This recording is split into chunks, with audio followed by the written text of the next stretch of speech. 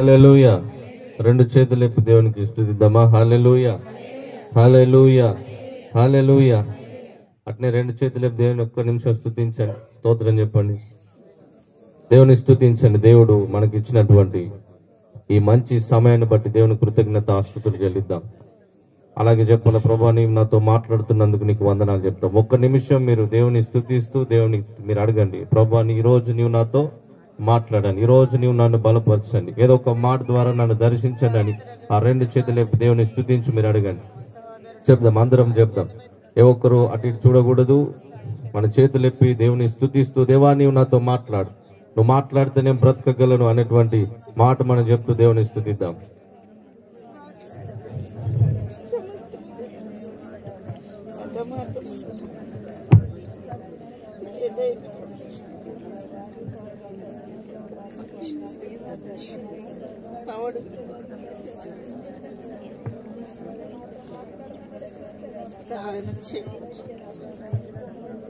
Thank you Jesus. Hallelujah, hallelujah, hallelujah, హల్లెలూయా.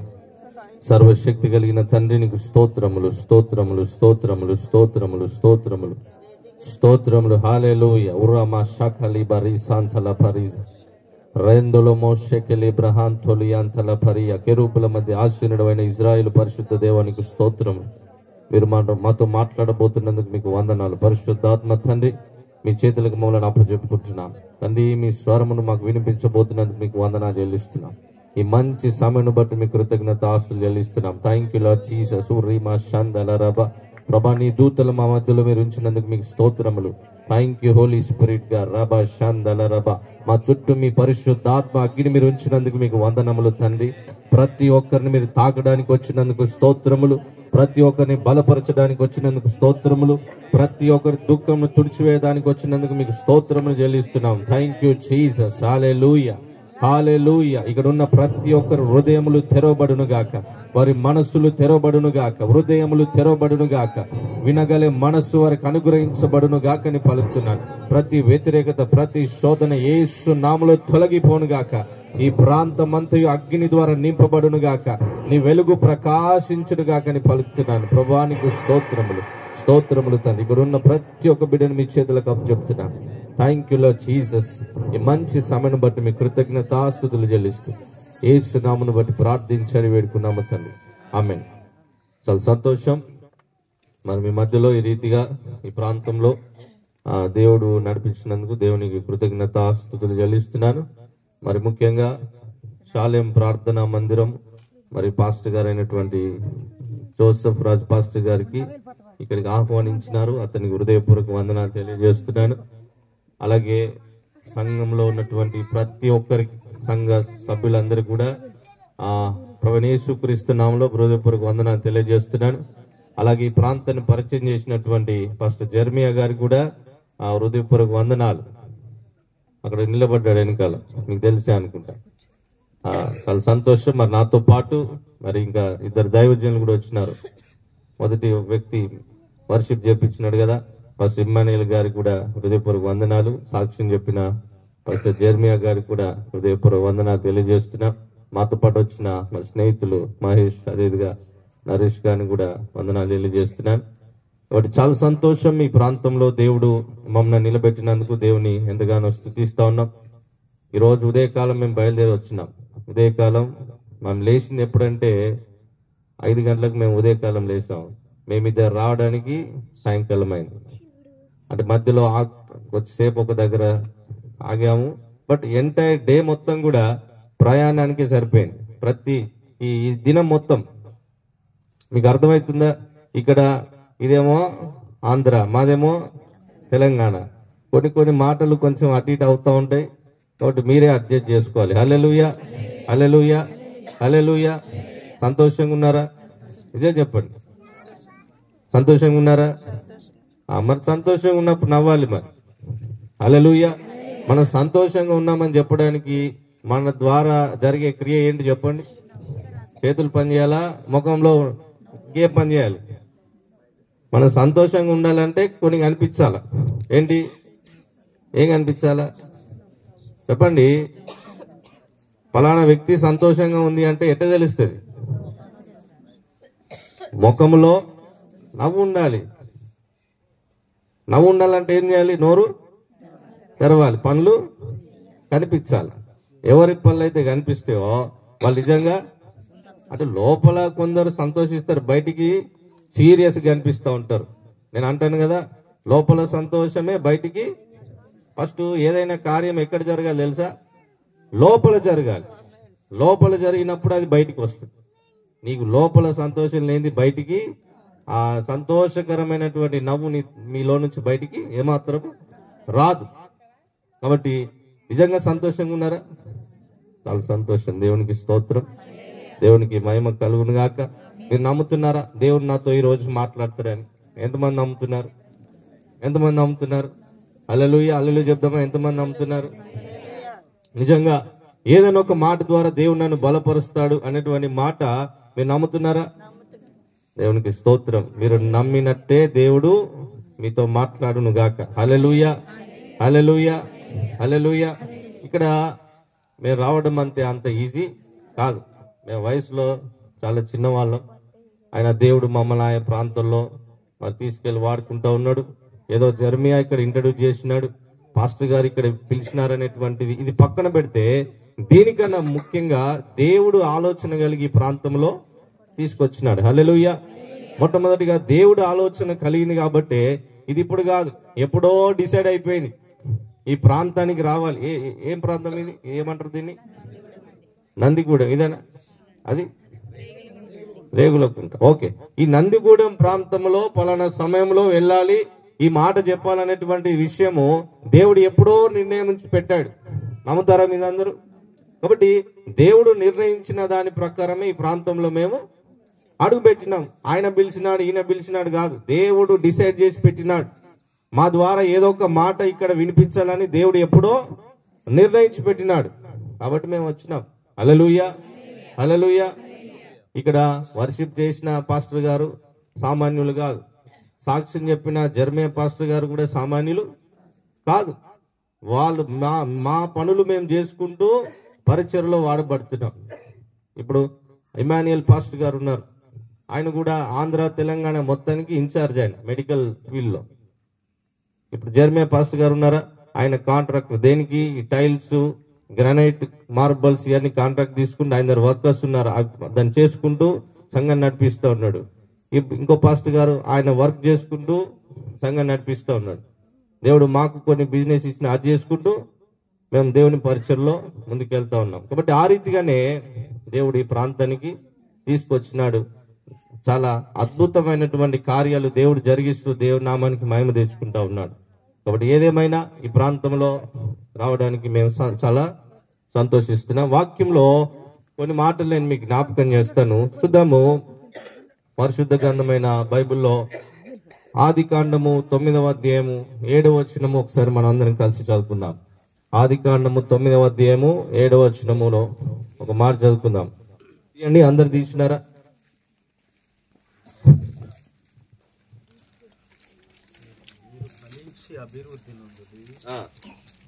తీరాలి, అందరు తీసి చదవండి. ప్రతి బైబిల్ ఉన్న ప్రతి ఒక్కరు తీసి చదవాలి. ఏముంది? ఆదికాండం 9వ అధ్యాయం 7వ వచనంలో ఏముందండి? మీరు ఫలించి అభివృద్ధి నొందుడి అనేటువంటి మాట మనం పరిశుద్ధ గ్రంథమైనటువంటి బైబిల్లో ఈ మాట చూస్తా ఉన్నాం. హల్లెలూయా, హల్లెలూయా. ఈ మాట ఎవరు చెప్తా ఉన్నారు? ఆదికాండం 9వ అధ్యాయం 7వ వచనంలో ఈ మాట చదువుకున్నా ఉన్నాం కదా. ఏ మాట చదువుకున్నాం చెప్పండి? నేను కొన్ని మాటలే జ్ఞాపకం చేస్తాను. ఆ మాటలు మళ్ళీ 10 సంవత్సరాల తర్వాత వచ్చినా కూడా ఆ మాట మీ లోపల ఉండాలి. 100 మాటలు చెప్పిపోవడం, ఒక్క మాట చెప్తాను, అది గట్టిగా పట్టుకుంటే మీ బతుకులు మారుతాయి. హల్లెలూయా, హల్లెలూయా. మీ పరిస్థితులు మారిపోతాయి. హల్లెలూయా. 100 వచనాలు తీసి చెప్పిపోతే గ్రేట్ అందేం లేదు. 100 చెప్పినా నువ్వు వినకపోయినా దాన్ని నీ పట్టించుకోకుండా నీ జీవితంలో కార్యం ఏమాత్రము జరగదు. ఏముంది ఇక్కడ? ఏం చెప్పాను మీకు? ఏం జ్ఞాపకం చేశాను? చదవండి. మీరు ఫలించి అభివృద్ధి నొందుడి. ఎవరు చెప్పినారు ఈ మాట? దేవుడు చెప్పినాడు. ఎవరికి చెప్పినాడు? ఎవరికండి? నోవాకు చెప్పినాడా? ఆదాముకు చెప్పినాడా? ఎవరు చెప్పినారు చెప్పండి? ఎవరు చెప్పినాడు? బైబిల్ ఎవరికి అండి? బైబిల్లో ఉన్న ఎవరి కొరకు చెప్పినాడు? బైబిల్లో ఉన్న మాటలు ఎవరికి? అంటే ఫలించి అభివృద్ధి పొందననేటువంటి మాట నోవాకు సంబంధించిందా? ఆదాముకు సంబంధించిందా? ఎవరికి సంబంధించింది? ఎవరికి? మీరు చెప్పట్లేదు, ఇక్కడ స్టేజ్ కాదు, మీ మాటని. ఎవరికి? గట్టి చెప్పండి. ఇంకో రాంగ్ మాట్లాడుతున్నారు. ఇంకోటి మళ్ళీ చెప్పండి, ఎవరికి? అదే పొరపాటు. మన కోసం అనకండి. మన కోసం అనేది కొంచెం మానేసుకొని నీ కోసం అంటే నీవు చెప్పు. మన కోసం నీ పక్కలది ఇడిసబెట్టు. అర్థమైందా? అంటే వదిలేయి. ఇడిసే అంటే వదిలేయి. మా పాస్టర్ గారు ఒక మాట చెప్పాడు, ప్రసంగం రాకముందు చెప్పాడు. ఇక్కడ ఆంధ్రాలో, మన తెలంగాణలో కొన్ని పదాలు ఇక్కడ ఏంటి కొన్ని బూతులయ్యా, జాగ్రత్త. నాకు ఏం చెప్పాలో ఏం మాట్లాడాలో భయం అవుతుంది. ఫస్ట్ ఏంటి మేము కొన్ని మాట్లాడే పదాలు ఇక్కడ బూతులు అంటే ఏది బూతో ఏది మరి నాకు తెలియదుగా. కొంచెం జాగ్రత్తగా ఆలోచించి వణుకు. మీకు కాదు, నాకు భయం అవుతుంది ఫస్ట్. హల్లెలూయా. నవ్వండి. నవ్వడానికి ఏం హ్యాపీగా నవ్వాలా? హల్లెలూయా. దేవుని ప్రజలంగా మనం చాలా సంతోషంగా ఉండాలి. హల్లెలూయా. కాబట్టి జాగ్రత్త మాట్లాడుతూ ఉన్నాను. ఎవరికి? ఫలించి అభివృద్ధి పొందననేటువంటి మాట నీకు సంబంధించింది అయితే ఇది నాకు అని చెప్పు. మనకు పక్క వాళ్ళకి లేకుండా నువ్వేంటి చెప్తావు? వాళ్ళకి ఇష్టం లేదు, వాళ్ళకి ఫలించాలని లేదేమో, నువ్వెందుకు చెప్తున్నావు? ఎవరికి ఇది? నీకేనా? ఎన్నిసార్లు ఎప్పుడైనా చదివినారు ఈ మాట? చదివినారు ఎప్పుడైనా? ఎన్నిసార్లు చదివినారు చెప్పండి. మీరు ఫలించి అభివృద్ధి నొందుననేటువంటి మాట చాలా సార్లు మనం చదివినాము. దైవజనులు చాలా సార్లు వాక్యం చెప్పినాడు, విన్నాము. కానీ ఈరోజు దేవుడు మీతో మాట్లాడుతున్నటువంటి మాట ఏంటంటే, నిజంగా దేవుడు మీరు ఫలించి అభివృద్ధి పొందాలనేటువంటి ఆశ కలిగి ఉన్నాడు. హల్లెలూయా. ఏం చెప్పాను నేను? మీరు ఫలించాలని దేవుడు ఆశపడతా ఉన్నాడు. ఇంకోటి, దేవుడు మిమ్మల్ని ఏం చేయాలనుకుంటున్నాడు? అభివృద్ధి పొందించాలని దేవుడు ఆశపడతా ఉన్నాడు. చాలా మంచిదే. అయితే ఫలించాలన్నా, అభివృద్ధి చెందాలన్నా దానికి చేయాల్సినటువంటి పని చాలా ఉంది. ఊరికేనే అయిపోతామా? ఆదాము అవ్వకి దేవుడు ఒక మాట చెప్పినాడు. ఏమన్నాడు? వాళ్ళని తయారు చేసి వాళ్ళని ఆశీర్వదించి ఒక మాట అన్నాడు కదా, మీరు ఫలించండి, అభివృద్ధి పొందండి, భూమిని నిందించండి, దాన్ని లోపరుచుకోండి అని చెప్పాడు. ఫలించి అభివృద్ధి చెంది భూమిని నిందించి దాన్ని లోపరుచుకోండి అని చెప్పేసి వాళ్ళని ఇచ్చేసాడు. ఆ బ్లెస్సింగ్ అంత ఇచ్చేసాడు. కానీ వాళ్ళు ఆ అభివృద్ధి, ఆ ఫలించేదనేటువంటిది వాళ్ళ జీవితంలో ఏమాత్రము జరగలేదు. ఎందుకు జరగలేదు తెలుసా? దేవుడు చెప్పింది ఒకటి, వారు చేసింది ఒకటి. దేవుడు ఒక్క మాట చెప్తే వాళ్ళు ఇంకో పని చేస్తూ వచ్చినారు. ఈరోజు కూడా దేవుని ప్రజలముగా యేసుక్రీస్తు ప్రభువారిని అంగీకరించినటువంటి మనము ఫలించపోవడానికి, అభివృద్ధి చెందకపోవడానికి గల కారణం ఏంటంటే, దేవుడు ఒక మాట మనకు చెప్తా వస్తున్నాడు, కానీ అది మనం వింటున్నామంటే దానికి విరోధంగా మనం వెళ్తా ఉన్నాం. మీకు అర్థమవుతుందా? దేవుడు నీకో పని చెప్తా ఉన్నాడు, నువ్వేం చేస్తా ఉన్నావు? నీకు నచ్చిన ఆలోచనలో నీవు వెళ్తా ఉన్నావు. మళ్ళీ అంటావు కదా, దేవా నువ్వు నన్ను ఎందుకు ఆశీర్వదిస్తలేదు అంటావు. అవునా? నీ జీవితంలో ఫలించేది నీ జీవితంలో లేకపోవడానికి గల కారణము, అభివృద్ధి పొందకపోవడానికి గల కారణం ఏంటంటే, నీవు దేవుడు చెప్పినటువంటి మాటను కాకుండా నీ సొంత ఆలోచనలతో నువ్వు పరిగెడతా ఉన్నావు. కాబట్టి నీ జీవితంలో ఫలించే విధానము లేదు. అయ్యో నేను ప్రార్థన చేస్తున్నానండి, సమయానికి వాక్యం చదువుతున్నానండి, అన్ని బాగానే ఉన్నాయి, మరి ఇది కాదా అంటే అది ఏమాత్రము కాదు. ప్రార్థన చేస్తున్నావు, వాక్యం చదువుతున్నావు, మందిరానికి వెళ్తున్నావు, దేవుని స్తుతిస్తా ఉన్నావు, ఆరాధిస్తా ఉన్నావు, సరిపోదు. నువ్వు వాక్యం చదివింది నీ జీవితంలో ఉంటే నువ్వు చేసే పని దేవుడు ఆశీర్వదిస్తాడు. అర్థమవుతుందన్నమాట. వాక్యం చెప్పినప్పుడే మీ తలలు కింద ఉండాలి, తర్వాత మీ తలలన్నీ ఇటు సైడ్ తిరగాలి. హల్లెలూయా. నిద్ర వచ్చిన వాళ్ళు హల్లెలూయా చెప్దాం ఒకసారి. చాలా షార్ప్ ఉన్నారు ఇక్కడ. ఇప్పుడు చెప్దామా? హల్లెలూయా, హల్లెలూయా, హల్లెలూయా. నిద్ర వచ్చిన వాళ్ళు హల్లెలూయా. చాలా షార్ప్ ఉన్నారు. దేవునికి స్తోత్రం. దేవుడు మేము దీవించును గాక. చూద్దాము. ఇక్కడ చూడండి, నేను కొన్ని విషయాలు నేను మీకు జ్ఞాపకం చేస్తాను. ఇక్కడ మొట్టమొదటిగా దేవుడు చెప్పినటువంటి మాటను మనం విన్నట్టయితే మనం మన జీవితంలో దేవుడు ఆశీర్వదిస్తాడు, మనం ఫలిస్తాము, అభివృద్ధి చెందుతాం. అయితే అందరికీ తెలిసిందే, బైబిల్లో ఉన్నటువంటి మాటలు అందరికీ తెలిసినే, అన్ని వినే. అయితే 12వ అధ్యాయం ఆదికాండంలో ఒక మాట మీరు చదవండి. మొట్టమొదటి మాట మనం జ్ఞాపకం చేసుకున్నాం. తీయండి 12వ అధ్యాయం ఆదికాండం. నీవు లేచి నీ దేశం నుండి, బంధువుల యొద్ద నుండి, తండ్రి ఇంట నుండి బయలుదేరి ఏమంటా ఉన్నాడు? నేను నీకు చూపించే దేశంకు వెళ్ళమని చెప్తా ఉన్నాడు.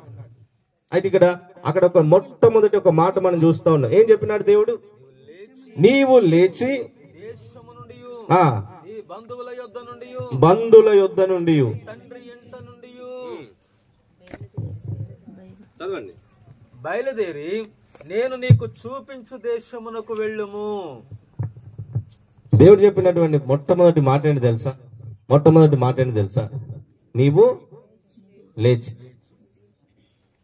ఈరోజు నీ జీవితంలో ఫలించాలన్నా, అభివృద్ధి పొందాలన్నా నువ్వేం చేయాలి తెలుసా? నీ ఉన్న చోట నుంచి నీవు పైకి లేవాల. ఉన్న చోట నుంచి పైకి నువ్వేం చేయాలి? లేవాల. ఉన్న చోట నుంచి పైకి. అక్కడ ఒక మాట మీకు జ్ఞాపకం చేస్తాను. దేవుడు ఏమంటున్నాడు? అబ్రహాముతో చెప్తున్నటువంటి మాట ఏంటి? నీవు మొట్టమొదటిగా చేయాల్సిందేంటి? నీవు లేచి. ఎక్కడి నుంచి లేవాలి అబ్రహాము? ఎక్కడి నుంచి లేవాలి చెప్పండి, చదవండి. అక్కడ ఏముంది? ఎక్కడి నుంచి లేవాలి అబ్రహాము? దేశం నుంచి లేవాలి. ఆ బంధువుల యొద్ద నుంచి ఆయన లేవాలి.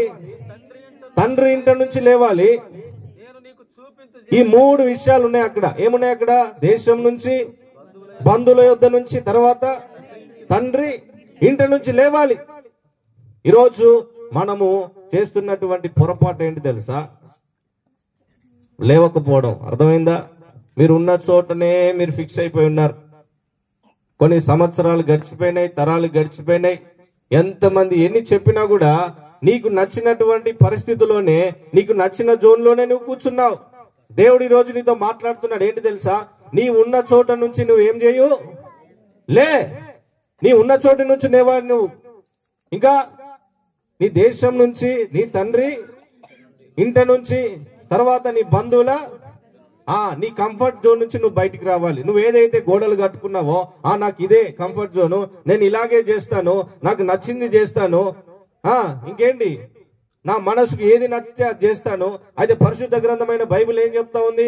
అది దాంతో నీకు సంబంధం లేదు. దేవుని వాక్యం ఏం చెప్తుందో దానికి సంబంధం లేదు.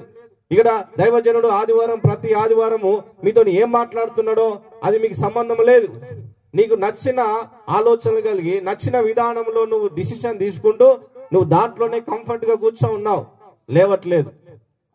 అయితే అబ్రహాం ఉన్నటువంటి పరిస్థితి ఏంటో తెలుసా? అబ్రహాం ఉన్నటువంటి పరిస్థితి ఏంది?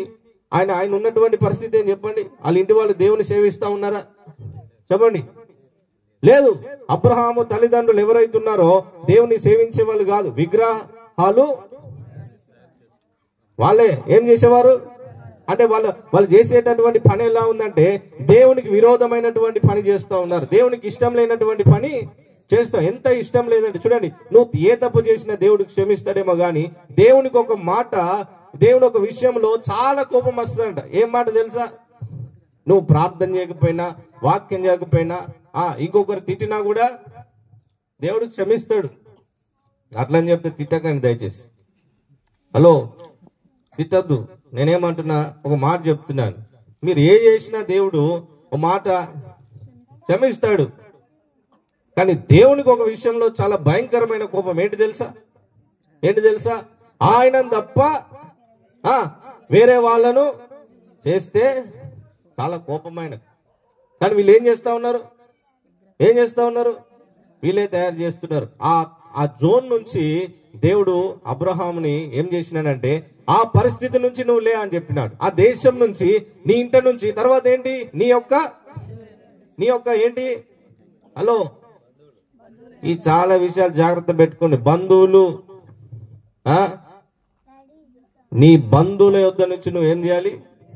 లేవాలి. లేవాలంటే ఏంటి? అబ్రహాము దేశం నుంచి, ఇంటి నుంచి, బంధువుల యుద్ధ నుంచి లేచిన తర్వాత మరలా అక్కడ వెళ్ళి కూర్చున్నాడా? మరలా కూర్చున్నట్టు ఎక్కడ కూడా లేదు. అది రోజు దేవుడు మనతో మాట్లాడుతున్నాడు. ఇక్కడ ఉన్న ప్రతి ఒక్కరితో దేవుడు మాట్లాడుతున్నట్టు మాట ఏంటంటే, నీవు ఏదైతే ఏర్పాటు చేసుకున్నావో, దేవునికి ఇష్టం లేనటువంటి పని ఏదైతే నువ్వు ఏర్పాటు చేసుకున్నావో, ఆ పరిస్థితి నుంచి నువ్వేం చేయాలి? బయటికి రావాలి. ఆ పరిస్థితి నుంచి నువ్వు బయటికి వచ్చినప్పుడు దేవుడు నిన్ను ఏం చేస్తాడు తెలుసా? నిన్ను ఆశీర్వదిస్తాడు. దేవుడు నిన్ను ఫలింపులోకి తీసుకొస్తాడు. నిన్ను అభివృద్ధి దేవుడు చెందిస్తాడు. అయితే నువ్వు బయటికి వచ్చినావు కావచ్చు, లేవాల్సింది ఎక్కడ తెలుసా? మొట్టమొదటిగా నీ తలంపుల్లో మార్పు రావాలి, నీ ఆలోచనలో మార్పులు రావాలి. నువ్వు ఊరికెళ్ళే అంటే ఆ పరిస్థితి నుంచి బయటకు వచ్చడమే కాదు, మొట్టమొదటిగా నువ్వు వాటి నుంచి బయటికి రావాల్సింది ఏంటంటే నీ ఆలోచనలు మారాలి, నీ తలంపులు మారాలి. తర్వాతనే నీ క్రియ ద్వారా నీవు యాక్షన్ అనేది తీసుకోవాలి. ఈరోజు దేవుడు మాట్లాడేటటువంటి మాట, ఈ విషయాలలో చాలా మంది వెనకడుగేస్తూ ఉన్నారు. యేసు ప్రభుని అంగీకరించి కొన్ని సంవత్సరాలు అవుతుంది, కానీ వాళ్ళ జీవితంలో ఫలించే తత్వం అనేటువంటిది ఉండదు, అభివృద్ధి చెందే తత్వం అనేటువంటిది ఏమాత్రము ఉండదు. ఎందుకు అంటే వారు దేవుని దగ్గరకు వచ్చినారు, కానీ దేవునికి ఇష్టం లేని పనులన్నీ వాళ్ళ జీవితంలో కలిగి ఉన్నారు. దేవునికి ఇష్టం లేని పనులన్నీ వాళ్ళ జీవితంలో కలిగి ఉండి అవే చేస్తా ఉన్నారు. కాబట్టి దేవుడు వారిని ఆశీర్వదించడు, వారిని ఏమాత్రము అభివృద్ధి చెందించడు ఆయన. మొట్టమొదటిగా నేను మీకు జ్ఞాపకం చేసే మాట ఏంటంటే, బంధువుల యుద్ధ నుంచి నువ్వు బయటికి రా. ఫస్ట్ బంధువుల యుద్ధ నుంచి అంటే వాళ్ళను దూరం పెట్టేసి వాళ్ళతో మాట్లాడకు, వాళ్ళ ఇంటికి పోకని నేను చెప్పను. ఎందుకు బంధువుల యుద్ధ నుంచి అని దేవుడు చెప్పినాడు? ఎందుకు దేశం నుండి అని దేవుడు చెప్పినాడు? ఎందుకు ఇంట నుంచి లే అని 3 విషయాలు ఆయన జ్ఞాపకం చేస్తూ వచ్చినాడు. పరిశుద్ధ గ్రంథమైన బైబిల్లో ఒక చెట్టు గురించి కానీ, ఒక వస్తువు గురించి కానీ, ఒక ప్రాంతం గురించి కానీ ఏది మెన్షన్ చేసినా ఒక ప్రత్యేకమైన రీజన్ అనేటువంటిది ఉంటుంది అక్కడ. ఊరికనే అక్కడ దేవుడు రాసి పెట్టలేడు, ఆయన ఊరికనే అక్కడ చెప్పలేదు. ఎస్పెషల్ గా దేశము, బంధువులు, తర్వాత ఇల్లు, ఈ 3 విషయాలు రాస్తా ఉన్నాడు అక్కడ కదా, అవునా కదా? దేశంలో సరైన అట్మాస్ఫియర్ ఉండదు. అంటే ఏంటి? దేవునికి అనుకూలమైనటువంటి వాతావరణం అనేటువంటి దేశంలో ఉండదు. దేశంలో ఎవరు ఉంటారు? ఇల్లులు ఉంటాయి, మనుషులు, తర్వాత బంధుత్వాలు. ఎంటైర్ గా చూసుకుంటే నీ ఉన్నటువంటి దేశం అంటే చూడండి, ఈ ఇండియాతో నీకు సంబంధం లేదు, ఆంధ్రప్రదేశ్తో సంబంధం లేదు, నీ ఉన్నటువంటి చుట్టూ దీన్ని చాలా రకాలుగా తీసుకొని చెప్పొచ్చు. దేశం అంటే దేశంలో ఉన్నటువంటి కట్టడలు, ఆలోచనలు, ఆచారాలు, సాంప్రదాయాలు, పద్ధతులు. అయ్యో నేను ఈ దేశంలో పుట్టానండి, నేను ఇటనే చేస్తానంటే లే, దేవుడు ఏమంటున్నాడు చెప్తా? ఆ దేశం నుంచి నువ్వు బయటికి లే అని చెప్తా ఉన్నాడు. అయ్యో మా కుటుంబ పరిస్థితులు ఇలా ఉన్నాయండి, లేకపోతే మా బంధువులు ఒప్పుకోరండి, మా బంధువులు ఫీల్ అవుతారండి, మా బంధువులు నెక్స్ట్ డే మా పెళ్లిళ్ళున్నా ఏదన్నా ఇంకేంటి ఫంక్షన్స్ ఉన్నా ఎవరు రారండి, నేను పోక తప్పదండి అని నువ్వు ఆచార సాంప్రదాయాలు, లోక సంబంధమైన పద్ధతులు నీవు ఆచరిస్తూ ఉంటే దేవుని ఆశీర్వాదం నీ జీవితంలో రాదు. దేవుడు నిన్ను అభివృద్ధిలోకి తీసుకెళ్లడే మాత్రం కూడా. జాగ్రత్త. ఇక్కడ ఏమంటున్నాడు? అబ్రహాము జీవితం జ్ఞాపకం చేస్తూ ఇక్కడ ఉన్న ప్రతి ఒక్కరితో దేవుడు మాట్లాడే మాట ఏంటి తెలుసా? దేశం నుంచి బయటికి రా. దానియేలు తెలుసా? ఎంతమంది తెలుసు చెప్పండి? తెలుసా? ఎక్కడ ఉన్నాడు? మీ ఇంటి పక్క దానియేలు కాదు. హలో, ఇంటి పక్క దానియేలు, ఇంటి వెనుక మరియమ్మ, వీళ్ళు కాదు. దానియేలు తెలుసా? కొందరు జీవితాలు నేను మీకు జ్ఞాపకం చేస్తాను. దానియేలు తెలుసా? దానియేలు కూడా దేశంలో ఒక పద్ధతి ఏం చేసినాడు? రాజు తీసుకొచ్చినాడు, అవునా కదా? ఏం చెప్పినాడు చెప్పండి? దానియేలుకి ఏం పద్ధతి తీసుకొచ్చినాడు? షడ్రకు, మేషకు, అబేద్నెగోలు తెలుసా? Very good. వాళ్ళకు కూడా ఒక పద్ధతి తీసుకొచ్చినాడు. గవర్నమెంట్ ఒక పద్ధతి పెట్టింది. ఏం పెట్టింది?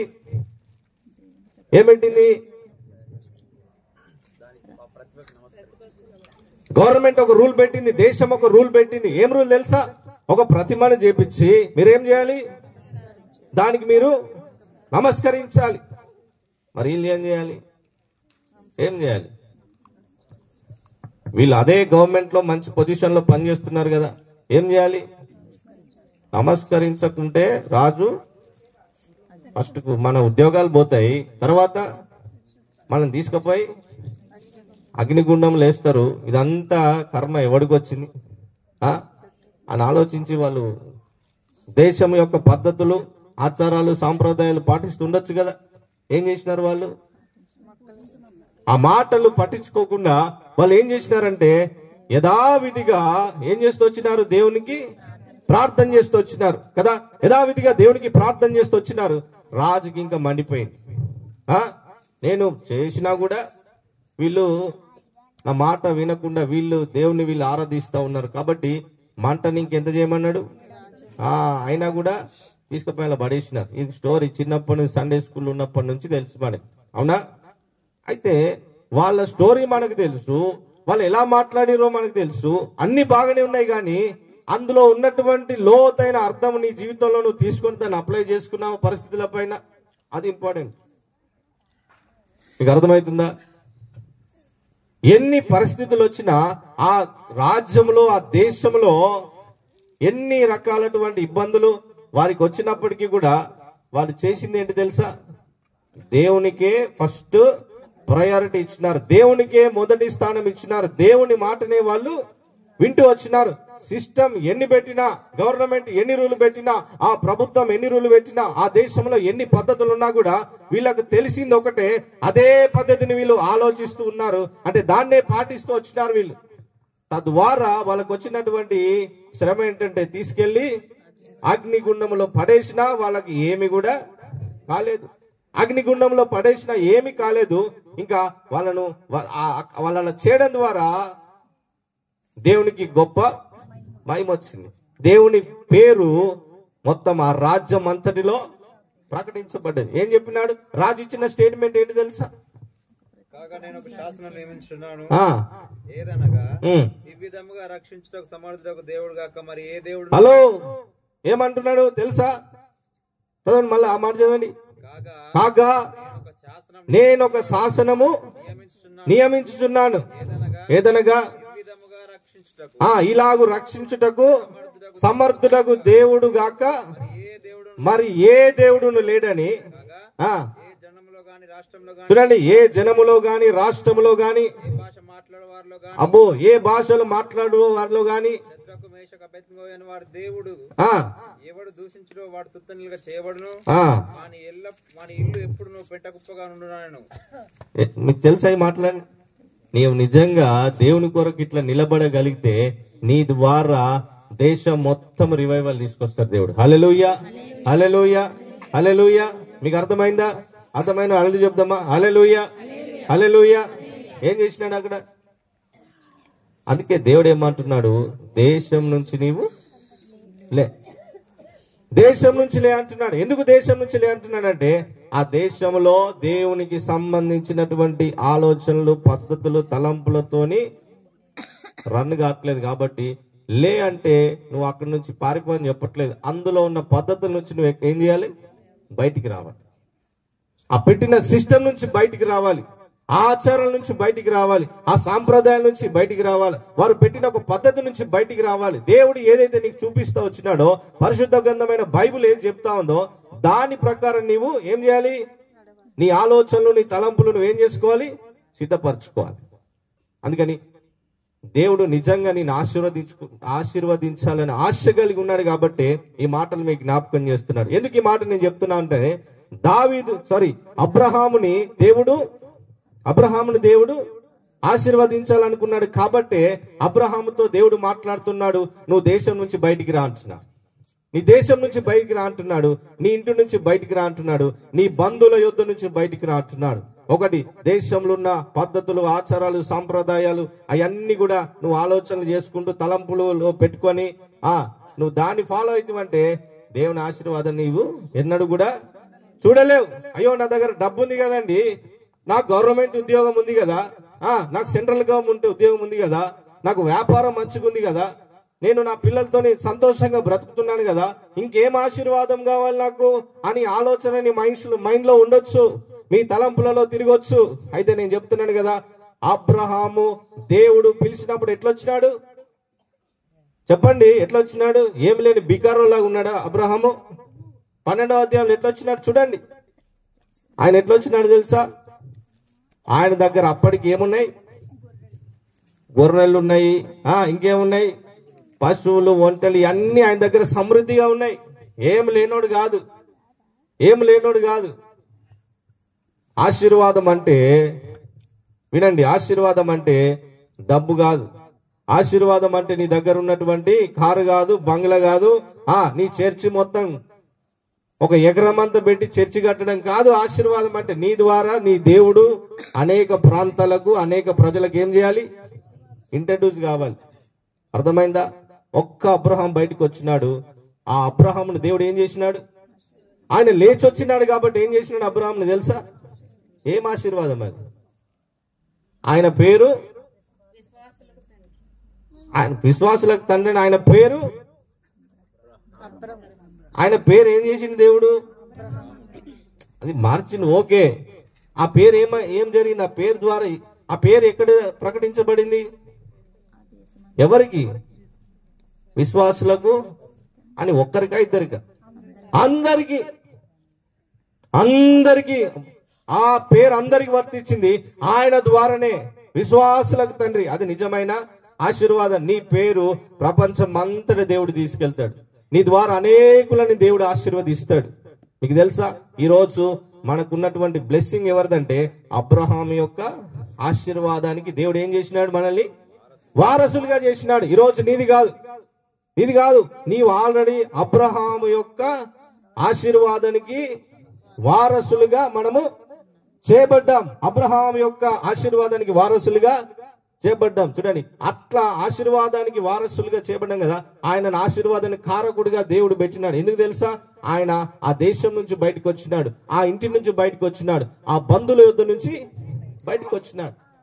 మీరు ఇంకా చాలా ఉన్నాయి. నేను ఒకటే మాట ఎందుకు చెప్తున్నానంటే, చూడండి, మనం కొన్నిసార్లు ఇరుక్కపోతా ఉంటాం. మీకు అర్థమవుతుందా? స్ట్రక్ అవుతూ ఉంటాం. కుటుంబంలో ఎన్నో సమస్యలు, బంధువుల యుద్ధ నుంచి ఎన్నో సమస్యలు. నువ్వు ప్రార్థనకు పోతుంటే చాలు ఏదో ఒక ఇబ్బంది వస్తుంది కదా. నువ్వు దాన్ని జయించలేకపోతే దేవుడు నిన్ను వాడుకోడు అవసరం లేదు, పక్కన పెట్టేస్తాడు. ఇంకెవడు అడ్డొస్తాడు చెప్పు? హలో, దేవుడు నన్ను పిలిచిండు, నానా నేను బయటికి వెళ్ళిపోతాను, నన్ను రమ్మని నేను అబ్రాహాము వాళ్ళకి తండ్రికి తెప్పినప్పుడు ఆ పోబిడ్డ అని ముద్దు పెట్టుకొని పంపించిందా? హలో, పంపించిందా? అట్లా రాసిలేదు, అక్కడ తిట్టిందని రాసిలేదు, ఇంకా వేరే ఎక్కువ ఏం అక్కడ మెన్షన్ చేయలేదు. కానీ మీరే ఆలోచించండి. నీ కొడుకును నువ్వు చాలా చదివించాలనుకున్నావు, చాలా డబ్బులు ఖర్చు పెట్టి మంచి చదివించి మంచి ఉద్యోగంలో సెటిల్ కావాలని నువ్వు ఆశపడ్డావు. కానీ నీ కొడుకు సడన్ గా వచ్చినాడు, మమ్మీ డాడీ నేను సేవకి వెళ్తా, దేవుడు పిలిచిందంటే ఎట్లుంటది? నువ్వు బైబిల్ పట్టుకునేదానివే, ప్రార్థన చేసేదానివే, ఆరాధన చేసేదానివే, క్రైస్తవులవే, దేవుని గురించి ప్రాపర్ గా అవగాహన నీకుంది. అయినప్పటికీ నీకు ఏం ఆలోచన వస్తుంది? సంతోషిస్తావా? ఏమాత్రము సంతోషం ఉండదు, ఏమాత్రం సంతోషం ఉండదు. అయితే వాళ్ళ తండ్రి, మీరు ఆలోచన చేయండి, ఎప్పుడైనా ఆలోచన చేశారా? ఆ మాట చదివినాం, అబ్రహాం గురించి చాలా సార్లు వాక్యంలో విన్నాము, కానీ ఎప్పుడైనా ఆలోచన చేశారా మీరు? ఏంటది? వాళ్ళ తండ్రి ఎంతగానో తిట్టుంటాడో కదా. ఎడిగిపోతున్నావురా, ఎవరు పిలిచిరు? ఏ దేవుడైనా ఆయన పేరేంటి? ఎవరైనా పిలిచినారు నిన్ను? ఇంతకుముందు ఎప్పుడైనా చూసినావా? మన వాళ్ళు లేరా? ఎందుకు వదిలేసి వెళ్తున్నావని ఎన్ని రకాలైనటువంటి మాటలు అన్నాడో మనకు తెలియదు, ఎన్ని రకాలుగా దూషించినాడో మనకు తెలియదు. వాళ్ళ బంధువులు అందరూ వచ్చి ఎన్ని రకాలుగా అడ్డుపడ్డారో మనకు తెలియదు. కుటుంబంలో ఉన్న వాళ్ళు ఎన్ని రకాలుగా సెంటిమెంట్ గా అతని బాధ పెట్టినారో తెలియదు. అతను ఎన్ని రకాలుగా శ్రమలు, ఇబ్బందులు పొందినాడో అవి మనకు తెలియదు. కానీ ఇప్పుడు చూడండి, ఆయన అన్ని పక్కన పెట్టేసి దేవుడి మాట చెప్పినాను, నువ్వు లేచిరా అంటే ఆయన ఒక్కటే మాటను పట్టుకుని వచ్చినాడు. కాబట్టి ఈరోజు ఆ గొప్ప ధన్యత దేవుడు అతనికి ఇచ్చినాడు. నిజమైన ఆశీర్వాదం అంటే చూడండి, ఆయన ద్వారా ఆయన అనేకులకు తండ్రిగా దేవుడు నియమించినాడు. హల్లెలూయా, హల్లెలూయా, హల్లెలూయా. నీవు ఆశీర్వదించబడాలంటే దేవుడు నీ ద్వారా నిన్ను అభివృద్ధి చెందించి నీ ద్వారా అనేకులకు ఆశీర్వాద కారకుడిగా నీవు ఉండాలంటే నీవు కూడా కొన్ని పరిస్థితుల నుంచి నువ్వు బయటికి రావాల్సిన అవసరత చాలా ఉన్నది. హల్లెలూయా. నిన్ను దేవుడు ఆశీర్వదించాలనుకుంటున్నా కాబట్టే నిన్ను బయటికి రా అంటున్నా. అయ్యో దేవా నేను రాలేను, నాకు నా ఫ్యామిలీ చాలా ఇంపార్టెంట్, నా బంధువులు చాలా ఇంపార్టెంట్, నా కుటుంబం చాలా ఇంపార్టెంట్ అని నువ్వు ఆలోచన చేస్తే సరే మంచిది అని చెప్పేసి దేవుడు ఏం చేస్తాడు? వదిలేస్తాడు. అది నాకు చాలా నచ్చినటువంటి ఒక మాట ఏంటి తెలుసా? మోషేని కూడా దేవుడు ఏం చేసినాడు? పిలిచినాడు కదా. మీ అందరికి తెలిసిన మాటనే. మోషేని కూడా దేవుడు పిలుస్తా వచ్చినాడు. అయితే మోషే ఏం చెప్పినాడు? అయ్యో దేవా నేను నత్తివాడును, నాకు మాటలానికి మాటలు సరిగా పలకడానికి నాకు రాదు అన్నప్పుడు దేవుడు వదిలిపెట్టాలి కదా. వదిలిపెట్టలేడు దేవుడు. ఎందుకు తెలుసా? కొన్ని పనులు కొందరి ద్వారానే దేవుడు జరిగిస్తాడు. అదే జరగాల. మీకు అర్థమైందా? బిలాము ఎన్నిసార్లు చెప్పకుంటే ఎవరు ఎంత మందితో చెప్పించినా ఏం చేసినాడు? విన్నాడా? ఎంతమందితో చెప్పించినాడు? విన్నాడా? ఎవరు వాడుకున్నాడు? మన దేవుడు గొప్పతనం ఏం తెలుసా? అసలు ఏ పుస్తకంలో అయినా ఎవరైనా చెప్పినారు ఈ మాట? గాడిదతో మాట్లాడించిన ఎవరైనా ఉన్నారా? హలో, విన్నారా? అసలు గాడిద మాట్లాడుతుందంటేనే చెప్పండి, ఆశ్చర్యం కాదు. నువ్వు నమ్ముతావా? ఆడ బర్రె మాట్లాడిందట. గేదె, బర్రె అంటారా గేదె అంటారా? హలో చెప్పండి, గేదెనైనా? లేదా సీరియస్ చూడకండి, ఏమండి? టైం అయిపోతే నాకు చెప్పండి, ఓకేనా? ఎవరైనా చేయలేపండి. ఇంకా స్టార్ట్ కాలే వాక్యం అసలు. దేవునికి స్తోత్రం, హల్లెలూయా. వాక్యం అసలే స్టార్ట్ కాలే. ఈరోజు రాత్రి అంతా కూర్చున్నాం. ఆమేన్, హల్లెలూయా. అంగీకరించిన హల్లెలూయా చెప్దామా? పైకి చెప్తున్నారు, నేను లోపల వేరే ఉంది. పైకి చెప్తున్నారు కానీ లోపల మరి పొద్దున్న సాయంత్రం దాకా కార్లో కూర్చొని వచ్చినాం. మరి ఏం చేయాలి? గంట సేపు చెప్తారా అంటే అన్ని గంటలు. మరి ఎన్ని గంటలు? ఎంత వచ్చింది? ఎన్ని కిలోమీటర్ వచ్చింది? 450 వచ్చిండొచ్చు మాకు తెలిసి. మరి కూర్చొని వచ్చినాడు ఎందుకు? ఒక మాట చెప్పి వెళ్ళిపోవడానిక?